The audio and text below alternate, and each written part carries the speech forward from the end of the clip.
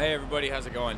I'm gonna make this quick because my battery's low because I've been lazy and haven't been charging it lately. Do a quick little update. I know it's been a while since I made a video. Again, I've been lazy. We've also been busy, but not at the same time. It's every time we show up to something, it's go, go, go. We haven't run into any slow issues these past couple of weeks, so as soon as we get there, they're ready to load us, and I don't really have time to set up the camera and do all that shit. So, anyways, I digress from that. So I think the last time I talked to you, we had just loaded the pressure vessel out of Decatur, Illinois, going to Baltimore. We loaded that piece, as you saw. There were no issues with that. We left. We loaded that Friday. Saturday, we made it just into Pennsylvania. And then we had that was Friday. We made it into Pennsylvania. We got up Saturday morning, and we had a plan to make it all the way to Maryland, or to just shy of the Maryland state line, because in Maryland we could not travel on the weekend. So we wanted to be at the state line for Monday morning when we could travel. The port was closed on Monday for President's Day, so we had to deliver Tuesday, which was unexpected, but it is what it is.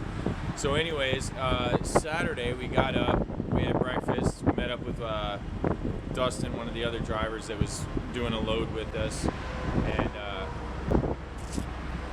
we started rolling out. We made it about 10 miles and we ran into the very first issue with the truck. So we had a DPF problem. We started throwing all sorts of lights and codes, and it gave me the stop engine light, so we ended up on the side of the road. It's the first time we've had to put the triangles out with this new truck, but luckily it decided to brake about 3/10 of a mile from a Kenworth dealership, so I was able to limp it at 114,000 pounds gross. I was able to limp it just up the road to the dealership, and the dealership was in New Stanton, Pennsylvania. And I have to say, for anybody that has a Kenworth and drives that area a lot, that is by far one of the best Kenworth dealerships I've ever been to. Those guys were extremely fast and professional, and they went out of their way to get us back on the road. So they got it in, they tried to fix, they replaced a sensor that the computer said was bad. It didn't really fix the problem. It got rid of the stop engine light, but it still had to regenerate the DPF system, which it was not doing. So we ended up having to stay until Monday morning when they reopened, and then they squeezed us in as soon as they opened at 7 o'clock. They hooked the computer to it, bypassed all the safeguards, and forced it to do a regen. And once it did that, it's been running great. So, it was like I think it was like $500 to fix it over the total of the sensor, the labor, and then the computer and the labor and all that shit over the 2 days. So for a DPF problem, that's almost like pocket change when it comes down to what it could have been. So that happened. We left out Monday at about 11, and we made it to where the hell did we go?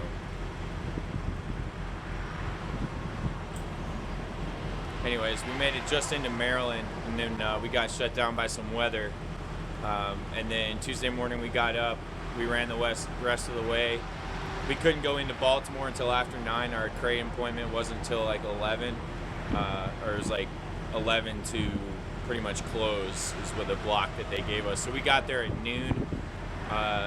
Took a while to get unloaded at the crane at the port because it was windy as hell that day, and the cranes have they look like those half golf balls that spin around. I forget, wind vanes or something like that.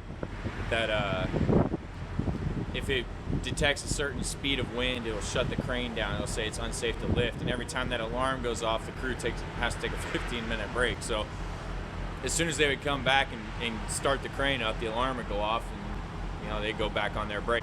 Anyways, we got them unloaded. We went to the TA in Baltimore. We got a hotel room for that night, and then we got up first thing in the morning on Wednesday and headed back to the house. So we went from Baltimore to Atlanta. We had some things to take care of at the house, so we just had to get home. Got home at like, I got back to the house at like 3 o'clock in the morning Thursday. Got up, did all my stuff. So we were home Thursday, Friday, Saturday, and we left Sunday and headed up to Buffalo, New York, where we picked up the load that we just delivered today, which was a heat exchanger. You'll see it. I've got a time lapse coming up of us unloading it. I was unable to get a video of us loading it because, again, this was just an extremely fast loading process, minus the tarping. The tarping was an absolute nightmare, but other than that, this was another uneventful load. So we went from Buffalo, New York, and now we delivered it in Tulsa, Oklahoma this morning. And we're sitting here in Joplin, Missouri. We wanted to come up and check out the Chrome Shop Mafia and Full State Truck Shop. So we're here at the Petro in Joplin. We're staying at the hotel tonight. There's a hotel right next door. We're going to stay there. And then our next load picks up on Tuesday in Rochester, New York. So we've got a little bit of a deadhead to go get it, but it's for an agent we really like running with or running for, and it's a load that we've been talking about for a little while, and it's finally all come together. So we have no problem running and doing that kind of stuff. So we'll go up there, load it Tuesday, deliver it Wednesday or Thursday, and then it's game time. We go over to Grand Rapids, Michigan. The truck's going to go under the knife.